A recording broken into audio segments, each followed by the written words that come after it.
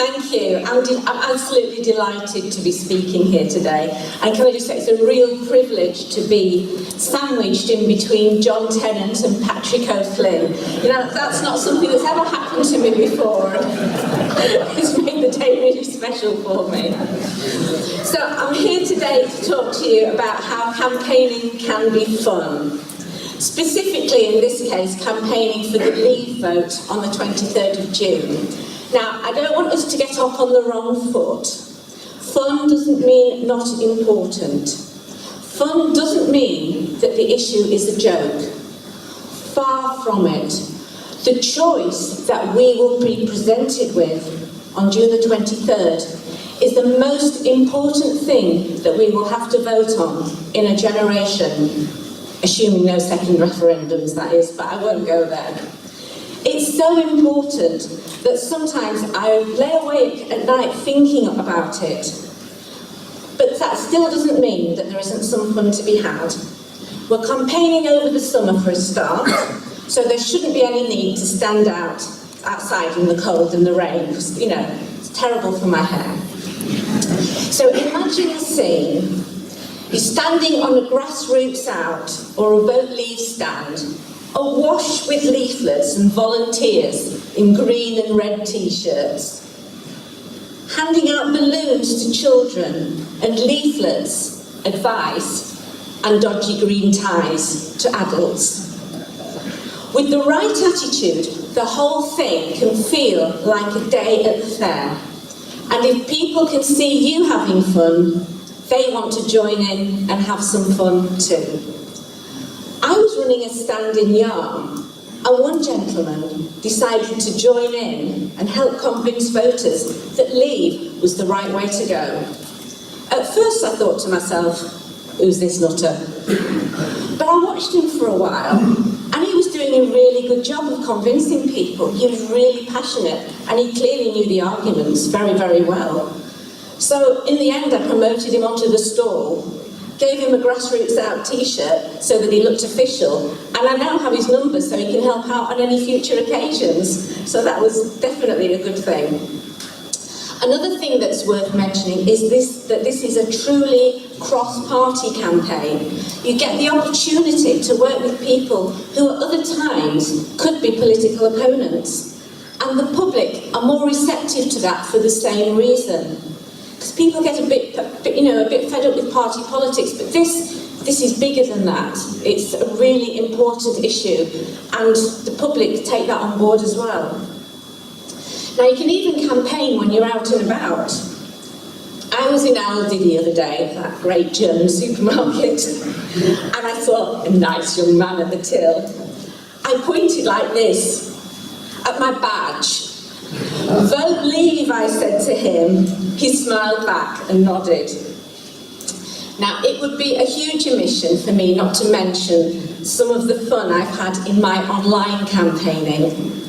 It started with my version of Chiquitita, a rework of the ABBA classic, to poke fun at David Cameron and Alex Cunningham, the Labour MP who I was standing against at Stockton North in the 2015 general election. The video was sadly removed from YouTube by ABBA, with them citing a copyright violation. ABBA may write great songs, but they are no fun at all. So, not to be thwarted, the next I created a UKIP ringtone. It sort of went like this. Vote UKIP, believe in Britain.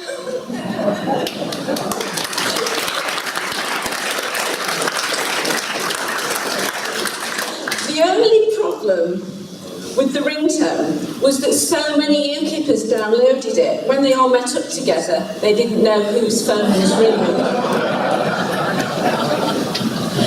Of course, with the Brexit campaign being the biggest electoral issue I've been involved with to date, I felt duty-bound to create a further song for the occasion. It took me a long time to decide which song I was going to choose. Anything by ABBA was certainly no longer an option. I wanted a song that inspired patriotism, tinged with disappointment at what had gone before. It also had to be catchy and well known. 3 lines came to me in a flash, and after that, I realised that no other song would do. If you've seen the video, you probably realise that it was a low-budget production. Indeed, I even had to clone myself.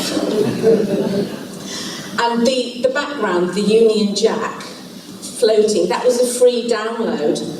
And you know, for the line that goes, "They've taken all our fish," I wanted to have a fish swimming across with a transparent background, but that was $50 and I was too tight to pay for it. And given the success of the video, I have to say I'm disappointed I didn't pay the $50 for the fish.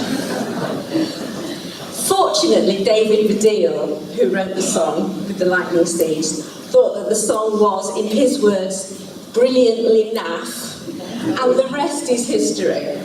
And it's way exceeded my expectations. It's had more than 580,000 hits on my YouTube channel alone, and it features on other people's channels too.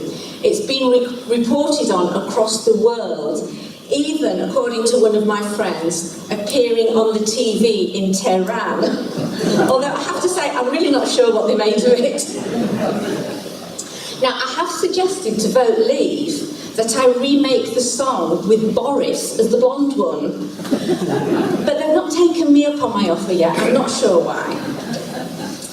Now, the song was fun, but the message within it is deadly serious. For example, one of the most quoted lines, "They've taken all our fish." And that has brought people talking about the loss of our fisheries industry into the fore, and reminding people how the common fisheries policy has all but destroyed this island's once proud fishing industry. So just to conclude, campaigning is fun. As you can see, I'm a girl who likes to have fun. So why not join in and have fun with me? We can do it.